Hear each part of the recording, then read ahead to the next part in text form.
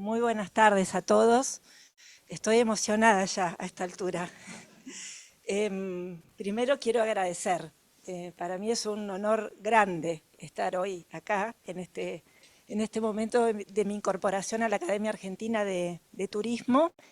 Quiero agradecer a varias personas. En primer lugar, bueno, a la misma Academia Argentina de Turismo, a sus integrantes, a su presidenta, a su vicepresidente, presentes en la reunión y que han dicho unas palabras, y a todos los académicos de número, especialmente a Elisa Pastoriza, que pensó en mi postulación, y en el resto de los colegas que la acompañaron y que aprobaron en la asamblea mi incorporación. Así que muchas gracias a todos ellos. Por otro lado, quiero agradecer a mis compañeros de grupo, a mis colegas, compañeros, compañeras que están presentes y decir que ya se viene comentando al respecto, que todo lo que voy a presentar acá es producto de un esfuerzo colectivo. Y me parece muy importante en este momento destacar ese tipo de trabajo que tiene que ver con una trayectoria de varios años de un equipo de investigación que fuimos todos para el mismo lado en el barco y que hemos desarrollado, como bien lo mencionaron, varios proyectos de investigación en torno al tema de la gobernanza y al análisis sociopolítico del turismo. Así que mucho de lo que yo voy a decir hoy acá tiene que ver con ese trabajo colectivo. En tercer lugar, agradecer a mi familia querida, amigas, amigos que están por acá, a los estudiantes que también han venido. Y bueno, y dicho esto, voy a empezar a comentar la presentación que pensé para el día de hoy. Bueno, como verán, la denominación es Alcances y desafíos de la gobernanza del turismo en Mar del Plata, reflexiones sobre el papel de los actores intervinientes.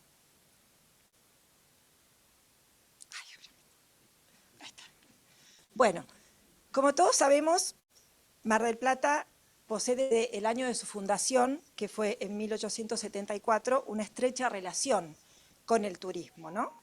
Y este ha tenido a lo largo de los años, hasta llegar a la actualidad, un rol central en los procesos de urbanización y configuración del espacio litoral.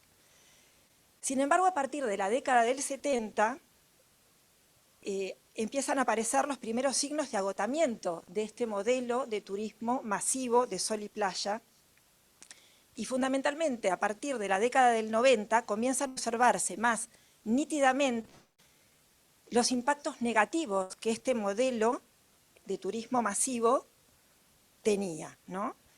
Estos impactos negativos podemos decir que comienzan a visibilizarse en esta década, pero de alguna manera se trasladan hasta la actualidad a través de las distintas décadas y fases de desarrollo del turismo. Entonces, lo que podemos decir es que, dada la importancia que tiene el turismo para la ciudad, el mismo puede ser pensado como una alternativa estratégica para el desarrollo del territorio. Sin embargo, cuando pensamos en el turismo como alternativa estratégica, debemos también reflexionar e indagar en la posibilidad de generar políticas de reconversión del turismo, pero que estén basadas en la participación y el acuerdo entre los actores que intervienen en el turismo. En este sentido, cobra relevancia este concepto que mencionaba Elisa de gobernanza. Es un concepto teórico que viene de distintos campos de las ciencias sociales, fundamentalmente de la ciencia política, de las ciencias de la administración y también de la sociología. ¿Qué nos permite este concepto? Nos permite hacer un análisis y reflexionar sobre cuáles son las condiciones sociopolíticas del desarrollo del turismo. Y en este sentido también rescato lo que mencionó Ana acerca de la sustentabilidad del desarrollo turístico y su importancia. Entonces, nosotros como equipo de investigación dentro del grupo trabajamos este concepto de gobernanza pensando también en la dimensión sociopolítica de la sustentabilidad. Es decir, si no hay una gobernanza, cogobernanza participativa y donde todos los actores interesados en su desarrollo puedan tener una voz y un poder de decisión o de incidencia sobre los procesos de desarrollo turístico, no va a haber sustentabilidad de ese desarrollo turístico. Sabemos que el concepto de sustentabilidad es un concepto transversal que tiene que ver con varias dimensiones. Nosotros nos abocamos al estudio de esta dimensión, que es la sociopolítica, y también a la dimensión sociocultural. Bueno, respecto del concepto, traigo 3 definiciones clásicas de gobernanza, de autores clásicos, ¿no? Mainz, por ejemplo, plantea que la gobernanza es una forma cooperativa de gobierno, diferente al modelo de control jerárquico, ¿sí?, donde participan instituciones estatales y no estatales, y donde deben producirse acuerdos entre actores públicos y privados, que cooperan para formular y aplicar políticas públicas. Por su parte, Koinman plantea que la gobernanza implica una ampliación de las cadenas de interacción entre el gobierno y la sociedad civil y la transformación de los roles de cada uno de estos, como respuesta a las demandas de una sociedad cada vez más compleja que requiere de soluciones que den respuesta a esa complejidad.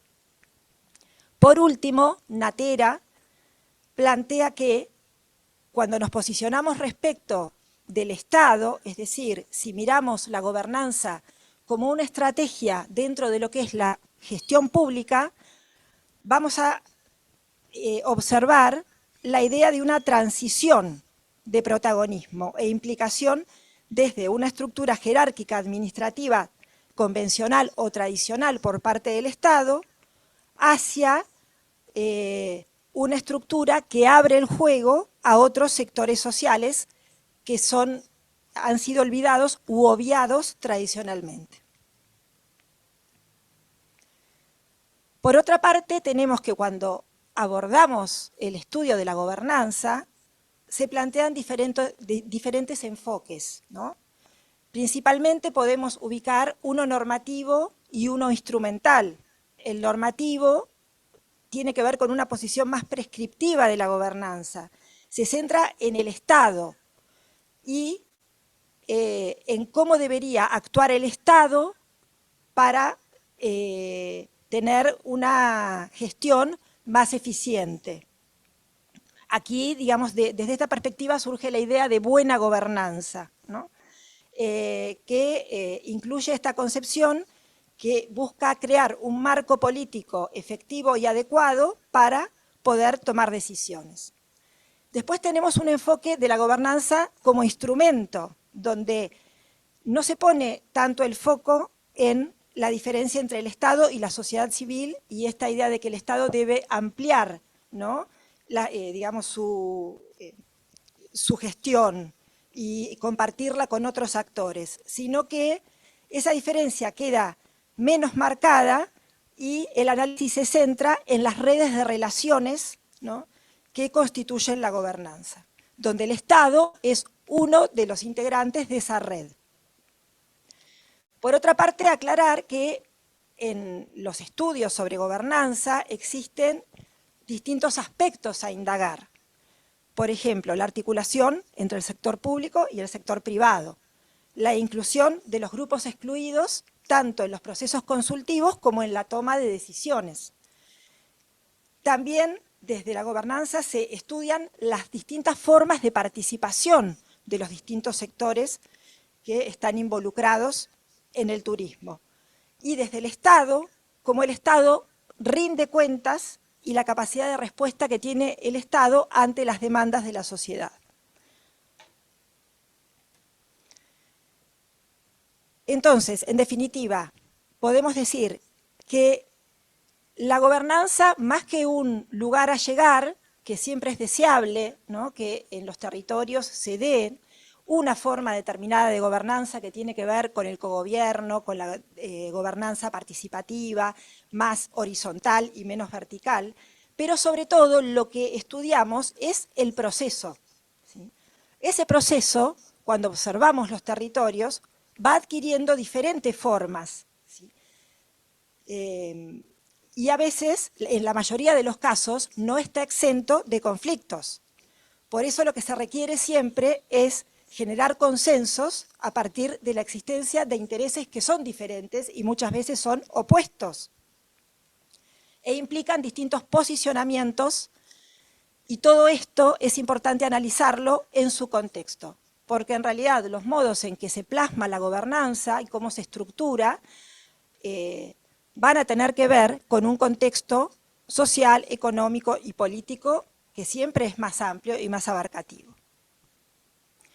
Por otra parte, y no menos importante, decir que la gobernanza pone el foco en el modo en que se formulan e implementan las políticas públicas.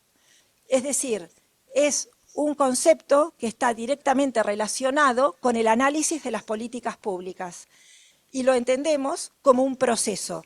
Y la política pública va a ser el resultado de ese proceso. Esa interacción y juego de actores que toman decisiones que en base a diferentes posiciones van a generar política pública, ¿sí?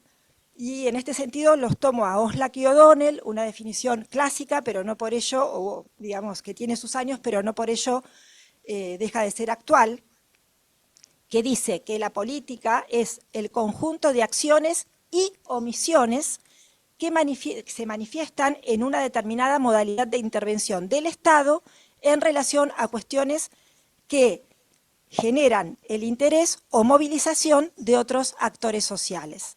Entonces, vamos a tener que, si la gobernanza es el proceso, el resultado es la política. Siempre es la política, más allá de que exista explícitamente una política pública. A veces la ausencia de una política pública, la ausencia de una regulación o de una normativa, es también una política. Y vamos a ver cómo esto se plasma muchas veces cuando hablamos de gobernanza del turismo.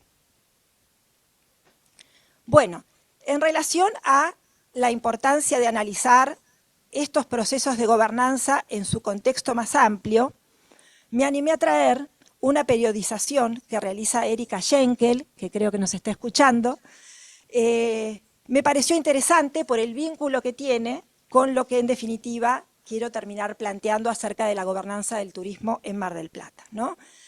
Erika lo que hace en varios de sus trabajos, yo tomé puntualmente una publicación del 2019, pero ella viene trabajando desde años anteriores sobre este tema, establece distintas fases de la política turística a nivel nacional y también plantea cómo esas fases tienen un correlato a nivel local en Mar del Plata, ¿no?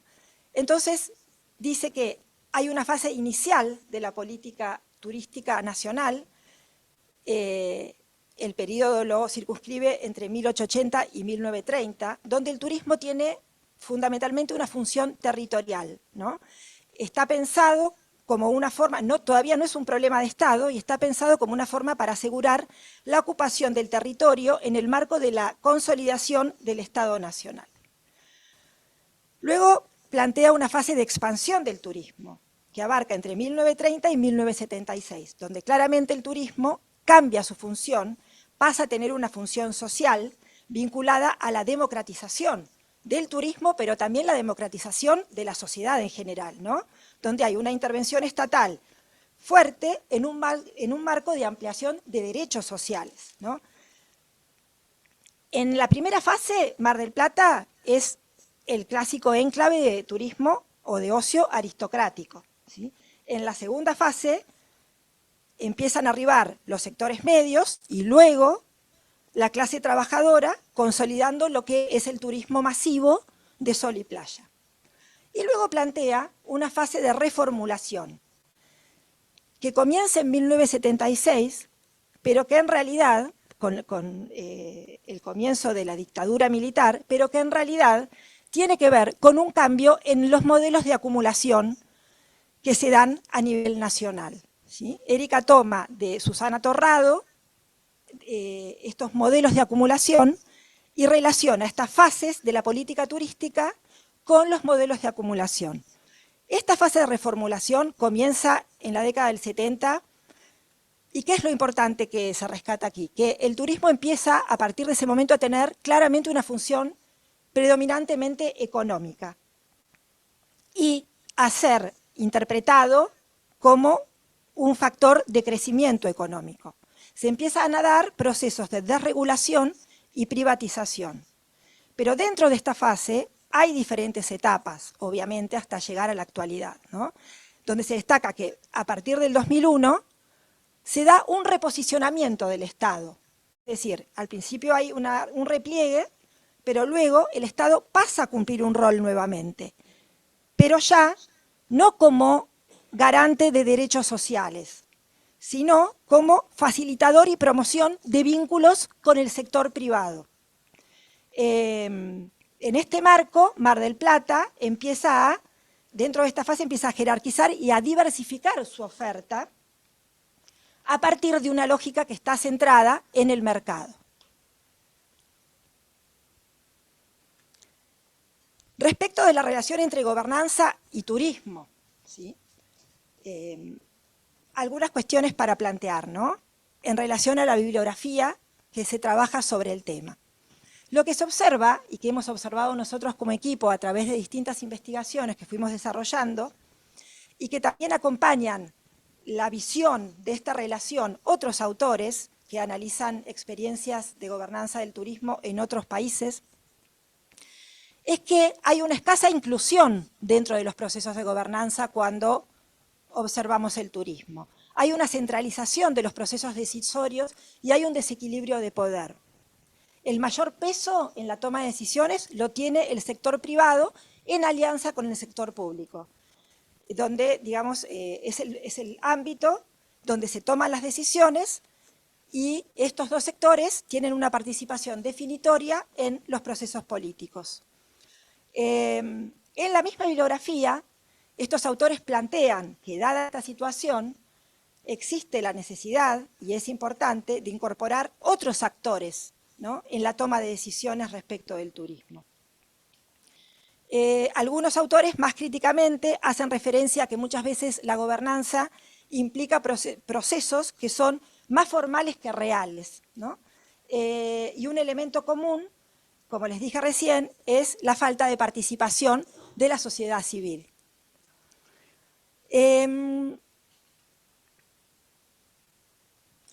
sector con mayor participación y poder de decisión, como mencioné recién, es el sector privado en alianza con el sector público. Respecto de los resultados de esos procesos de gobernanza y de las políticas explícitas turísticas que se observan a nivel local, tienen que ver con la presencia predominante de políticas promocionales, de marketing promocional y posicionamiento de la ciudad como destino turístico internacional.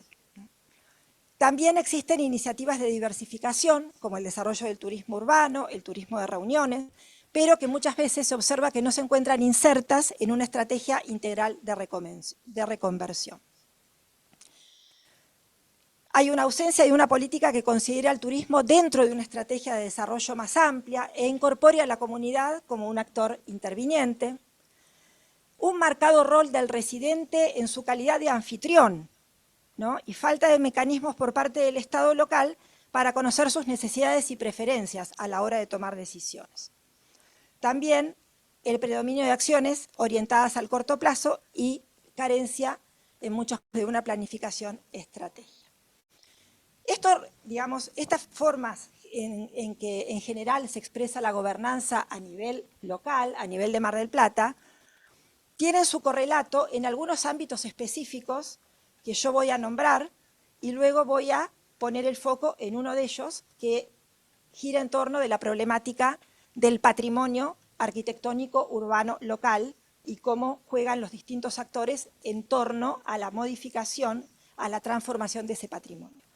Pero antes decir que existen distintos espacios donde este tipo de gobernanza restrictiva se plasma, ¿no? Uno es el espacio costero, puntualmente el espacio de playas.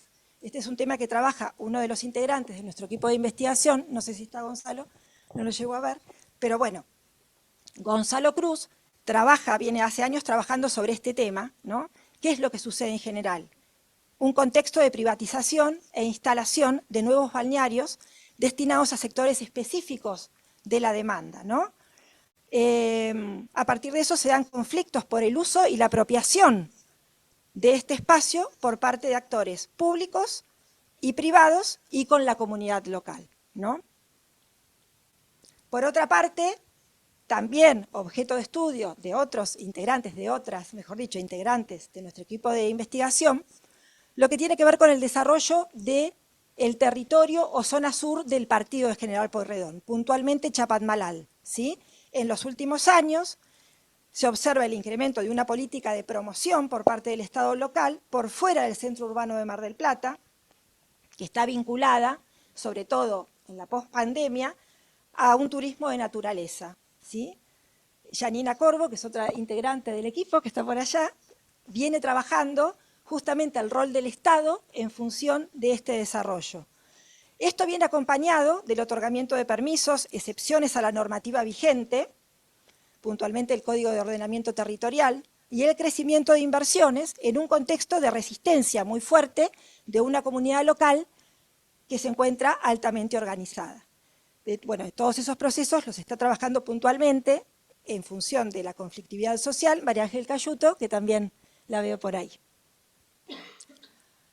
Otro ámbito donde se plasma esta forma restringida de gobernanza es el del patrimonio, o mejor dicho, las modificaciones, las transformaciones, que pueden ser demoliciones, refuncionalizaciones, ¿no?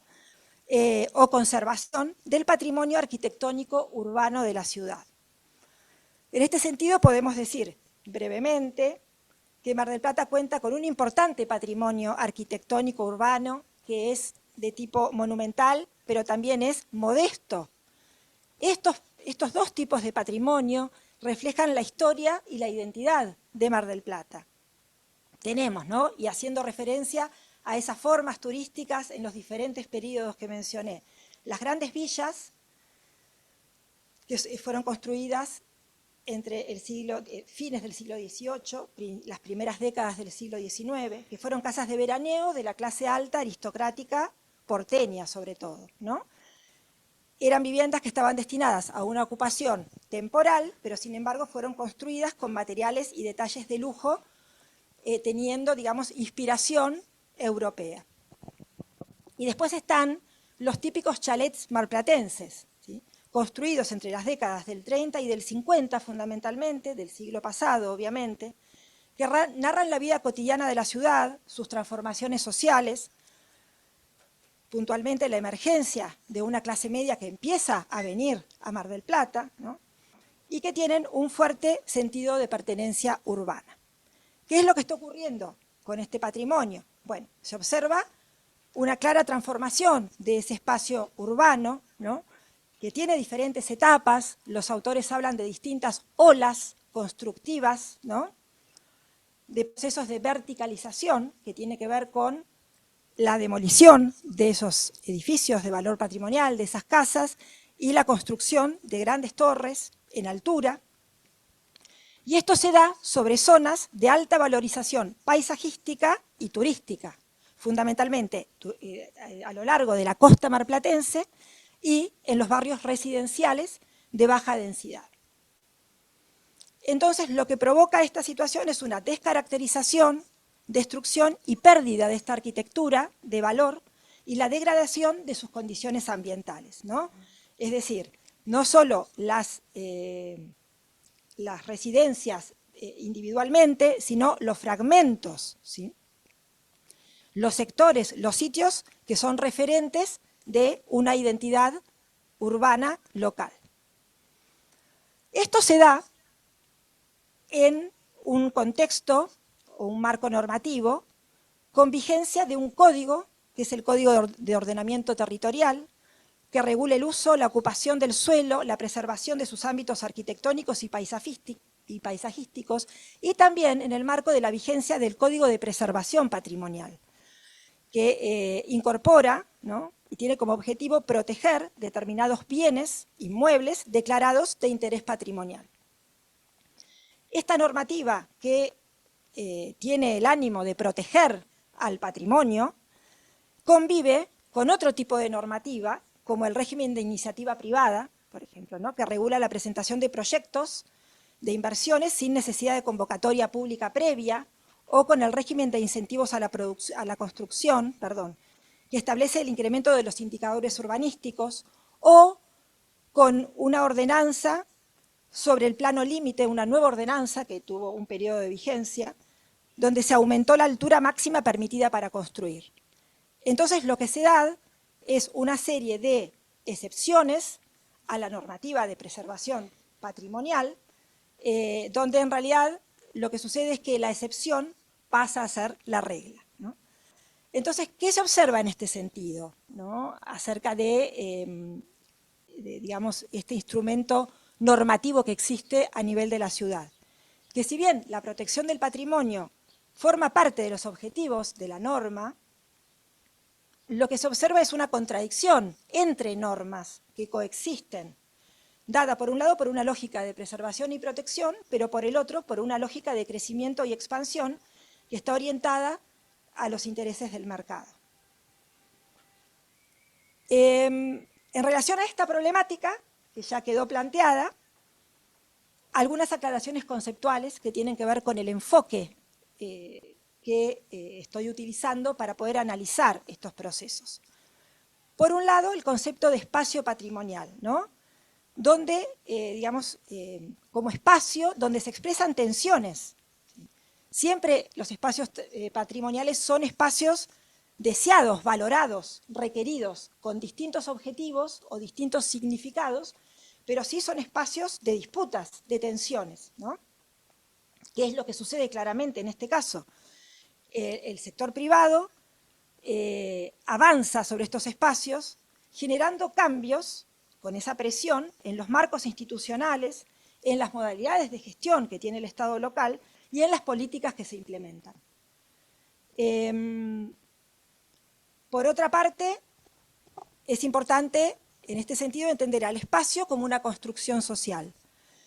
¿Qué implica esto? Centrarse y observar cuál es el proceso de producción, circulación social de significados, ¿no?, que tienen los diferentes actores sobre ese espacio.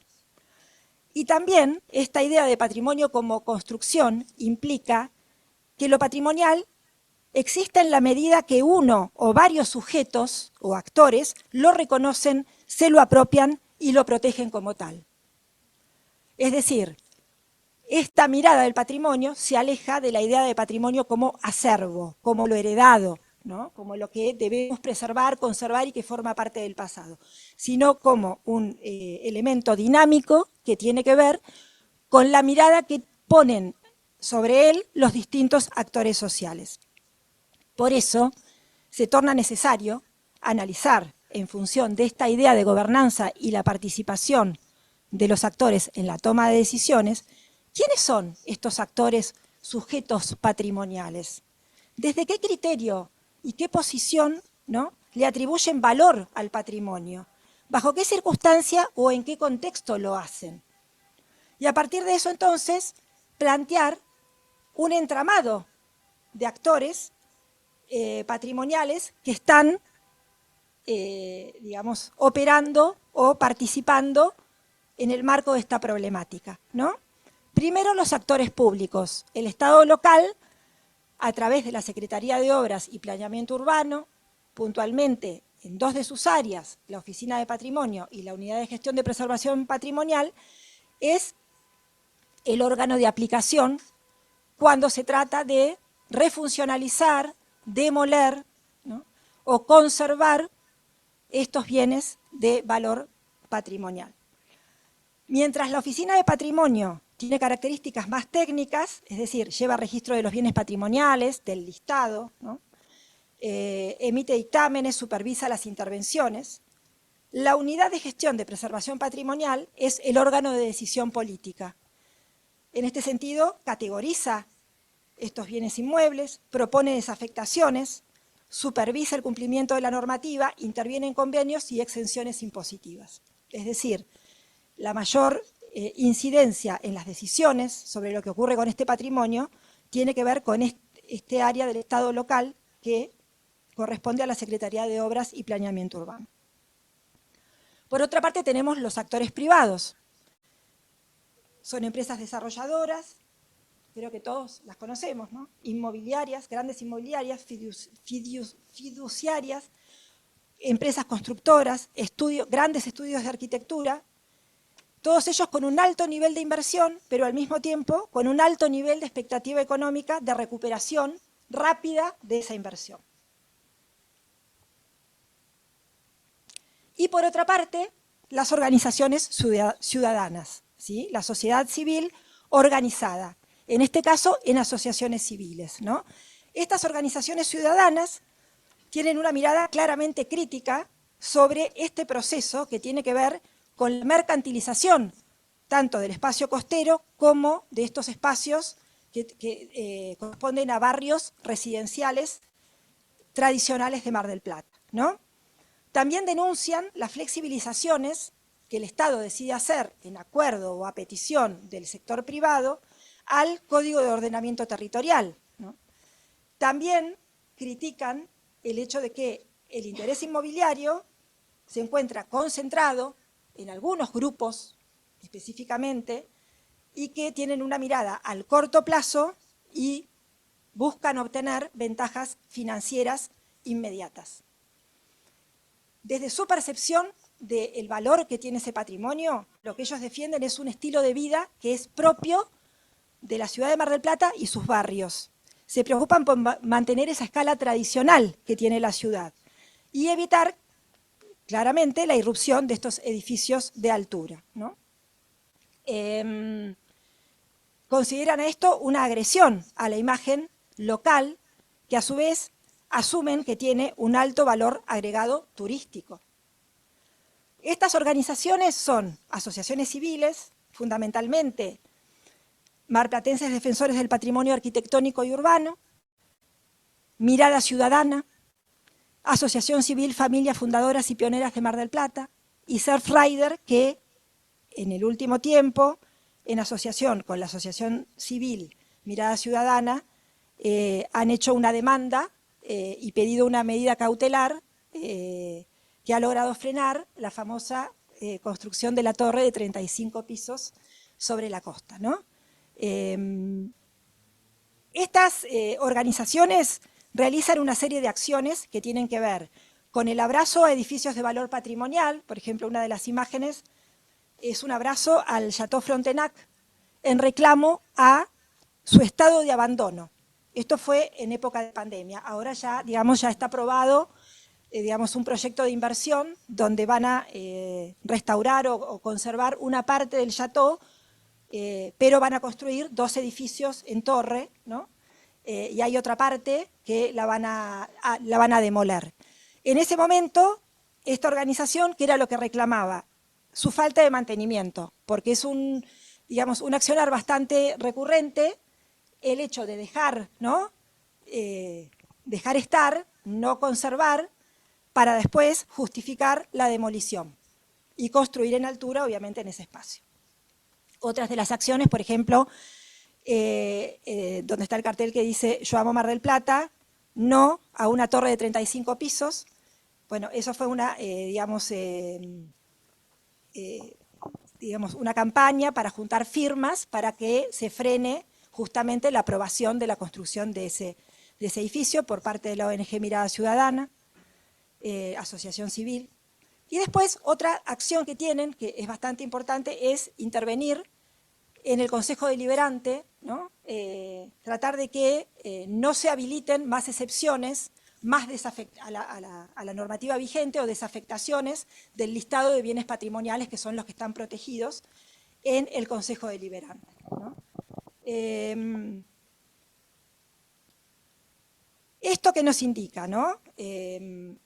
Silvia Roma es una arquitecta que ha escrito mucho sobre esta problemática a nivel local planteaba ya en el año 2006 esta situación, ¿no? Que ahora en realidad estamos hablando de que existe una nueva ola post-pandemia, ¿no? En relación a este proceso. Hablaba de la presión inmobiliaria y la insuficiencia regulatoria, ¿no? Que se dan en forma conjunta en la dinámica urbana y que tienen que ver con un contexto de espectacularización de la realidad, donde los espacios patrimoniales se ven sometidos a una presión privada cada vez más fuerte a partir de una lógica de consumo y de nuevas exigencias del mercado. Esto obviamente, como lo vengo comentando, plantea un conflicto de intereses que no se logran conciliar, por un lado, lo que es el interés particular de los inversores, que tiene que ver con el derecho individual que involucra la propiedad privada, con el interés público de uso, goce y disfrute de los valores patrimoniales, que es un derecho colectivo que involucra el interés general de la comunidad. Entonces, vuelvo a las fases, ¿no?, de la política turística y cómo impactan, que tienen que ver con los modelos de acumulación económica y cómo impactan a escala local. Estamos en la fase de reformulación, en una de las etapas, en la etapa actual de la fase de reformulación, donde seguimos mirando estos espacios, que son espacios de alta valoración y significación identitaria y turística, como espacios que son bienes de cambio fundamentalmente. Son recursos a ser explotados, ¿no? Con, digamos, el predominio de una mirada que se centra en ese tipo de intereses del mercado. Algunas reflexiones finales en relación a todas estas cuestiones. Podemos decir que la orientación de las políticas vinculadas al turismo en Mar del Plata responden, ¿no?, han respondido a través del tiempo a distintos modelos de desarrollo del turismo en la ciudad, que en sus etapas más recientes son coherentes con una mirada cada vez más centrada en el turismo como negocio y factor de crecimiento, ¿no? Y que esto viene acompañado y profundizado en los últimos años con una flexibilización de las condiciones de intervención en el territorio para su explotación. Por otra parte, las distintas fases por las que ha atravesado el turismo local responden a distintos tipos de alianzas entre los actores intervinientes, ¿no? Fundamentalmente entre los actores públicos y los actores privados, que en todos los casos, a través del tiempo, ocupan una posición dominante en los procesos de toma de decisión y determinan las políticas vinculadas al turismo a implementar. Esto se da en un contexto donde la sociedad local, la sociedad civil, queda excluida de los procesos decisionales y de la incidencia en las políticas que se generan. Por todo esto, podemos decir que la gobernanza del turismo local se muestra de una manera restringida. A partir de la participación predominante de estos dos sectores y en un contexto de escasez, de apertura por parte del Estado local de espacios, de espacios de participación que amplíen esa participación a otros sectores, ¿no? Eso deriva claramente en la exclusión del resto de los actores de los procesos consultivos y decisionales, como venía diciendo. También decir que esta forma que adquiere la gobernanza vinculada al turismo en Mar del Plata es coincidente con tendencias observadas en otros destinos turísticos. No es que esto sea algo exclusivo de Mar del Plata. En realidad estamos hablando de que estas formas en las que se estructura la gobernanza y también las dinámicas que adquiere dependen de procesos sociales más amplios. Y en ese sentido también responde a las mismas tendencias que otros destinos turísticos, en otros, digamos, de destinos masivos de sol y playa en otros países. Respecto de los procesos de gobernanza específicos y de la dinámica de la gobernanza específica en torno al patrimonio arquitectónico urbano local, podemos decir que esos procesos se dan en un marco de apropiación, privatización que tiene lógicas, ya dijimos, de mercado, lógicas instrumentales y lógicas excluyentes. Esta situación lleva a un cambio en el papel de los actores o sujetos patrimoniales, lo que a su vez provoca un cambio en los marcos institucionales de gestión y la redefinición del papel del Estado, sobre la base de un tránsito, ¿no?, del nivel central al local municipal. Esto es, ya desde la década del 90 tenemos procesos de descentralización, pero en esta última etapa esto viene sumado que el Estado mira hacia el sector empresarial privado, ¿sí? Algunos autores hablan de privatización del Estado. A mí me pareció muy fuerte y voy a decir que el Estado es un facilitador de estos procesos de intervención que están regidos bajo la lógica exclusiva del mercado. Bueno, con eso termino. Muchas gracias.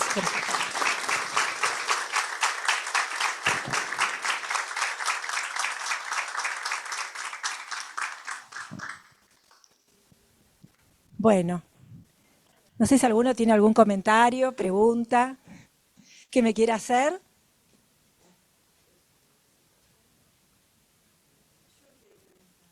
Bueno. Sí. Sí. Claro. Y sí, sí. Claro, bueno, justamente estas asociaciones civiles lo que hacen es presionar justamente en el Consejo Deliberante como una de sus acciones. ¿Cómo? Claro. No, pero claro, exactamente. También hay una realidad que dentro de lo que es el Código de Ordenamiento Territorial y el Código de Preservación Patrimonial, sobre todo, está contemplado la integración de una comisión asesora con integrantes del sector académico, de la sociedad civil, y esa comisión asesora puede ser convocada o no en estos procesos, ¿no?, de intervención del patrimonio. Y hasta ahora, bueno, uno de los reclamos es que se conforme esa comisión asesora, que nunca se conformó, ¿no? Que eso no es exactamente, no es al azar. Sí, sí. También decir que no están mencionados acá como actores, pero que sí las asociaciones profesionales, puntualmente el Colegio de Arquitectos, tiene una participación importante, crítica en todos estos procesos y colabora desde el punto de vista técnico y con propuestas de proyectos, ¿no?, de inversión que sean respetuosos de ese patrimonio. También desde distintos organismos del sector académico, puntualmente, distintas unidades académicas de nuestra universidad que trabajan sobre este tipo de temáticas, también hay participación y hay un asesoramiento, ¿no? Pero bueno, la realidad es esa.